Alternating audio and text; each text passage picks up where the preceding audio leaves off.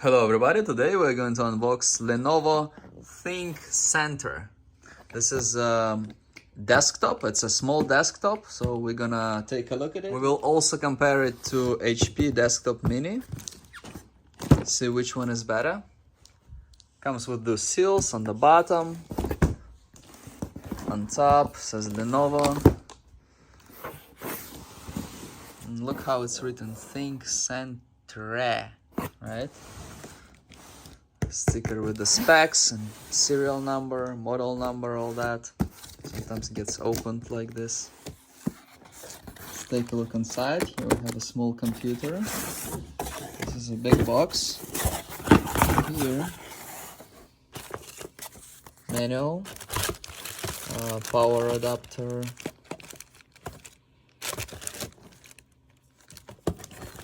with a ground pin. I have this thing. I have mouse,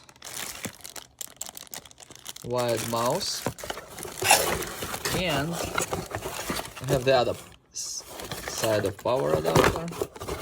Let's take a look at the model. It says 65 watt. It looks kind of similar to ones that come from with laptops. It was like ThinkBooks, something like that. This type. And it has antenna for Wi-Fi, which is good. We're gonna get better Wi-Fi, supposedly. We'll also get keyboard. It's gonna be standard basic Lenovo keyboard. I would say I like one from HP more than this one. This one feels cheaper, but it's something basic until you buy something more decent, or just keep it that. It's fine. And the computer, very small, very tiny. Lenovo seal, very good seal by the way. Same size as HP desktop, Prodesk, Elitedesk, they're all the same to me. Same size. Let's take a look and compare. Here we go. Here we have the model. I covered the serial number, it's behind my fingers. Thinkcentre power button. USB-C on the front, very good. USB-A headphone input on the front, very good. Lenovo here, metal, nice. Thinkcentre. This one comes with a Core i5. I'm gonna go over the specs soon. I have Ethernet here, 1, 2, 3, 4 more USB-As. This one is for charging. We have DisplayPort, we have another DisplayPort, and we have HDMI here. No SD card slot, that's the only thing that's missing. Nothing on this side. At the bottom, some standard basic info from Lenovo. It comes with a i5 11th gen, 11400T, 8 gig of RAM, and 256 SSD. Oh, and here you can put the antenna. It looks like there is one screw to open it. And here we have a HP Desktop Mini. This is a Prodesk. There's also Elitedesks. They're all the same to me. I don't see any difference. And this one with a 10th gen i5, but I saw and reviewed actually one with a 11th gen i5, and it's they're all the same. So let's take a look. It's a direct competitor of that Lenovo, so you figure what you like more. We're gonna get to computer later. HP mouse, basic, standard. HP power adapter, one part, the other part. Also with a ground pin here, 3 here. This part looks the same. Setup, manual, warranty papers. Mouse. Also put like some paper with specs and serial and stuff. And keyboard.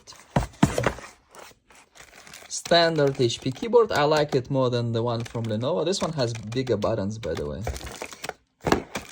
Yeah, standard basic cheap keyboard.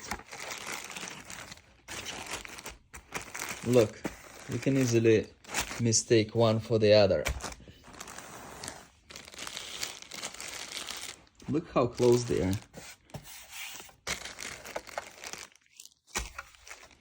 HP has like gray over here. And this one is more black, Thinkcentre. The front is nicer in HP. This is Prodesk, not Elitedesk, but I don't know the difference. This one has 2 USB-A instead of 1 over here. USB-C, headphone input, so this one seems very comparable. So this rails kind of things. There's some information here. Let's take a look in the back. The difference I see is this one has only one DisplayPort and one HDMI, and this one that's also one screw to open. This is for charging. So as you can see, 4 USB-A, 4 USB-A. This one has DisplayPort, and this one has only one DisplayPort. Also one HDMI each, one screw to open. Very similar. This one does not have this thing for antenna, but I'm not sure it's that needed. Maybe gonna get you a little bit better internet if you're a little bit far from the router, but otherwise, especially if you use this, this one doesn't matter. Yeah. Overall, the looks and everything are super close, and they can come in about the same specs at about the same price. If you find them on sale and whatnot, they can be about the same price. I like HP looks a little bit more. Both are good and reliable companies. I already opened one of these before, actually several of this. So we pretty much know you can change SSD and RAM over there. I'm gonna open this one later on. I unscrew it over here, then you can just slide it a little bit and open. There's some serial number or something there. Let's take a look. We have ventilation.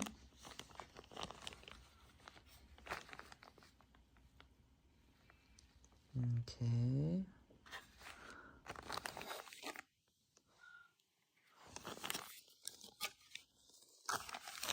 This looks like CPU, but I would think it's some motherboard chipset. The CPU must be below this. Where do I have SSD and RAM? It's all covered underneath. So just do like this and take it out. Keep it connected. There was no CPU in here. It's right on the, yeah. We have a battery here. And this looks like CPU is underneath over here, under the radiator. Now I need to unscrew everything. It looks like CPU is under there. I believe you cannot change anything here. It's everything soldered. Both companies are very reliable. I like the looks of HP a little bit more, but I would say just go with whatever you can find cheaper with the same specs. Like compare the specs and see whatever you can find cheaper. Either way is fine. There's gonna be no real difference unless you need like 2 display ports like here, but otherwise they're super close, super similar, like super direct competitor and just like cloning each other kinda.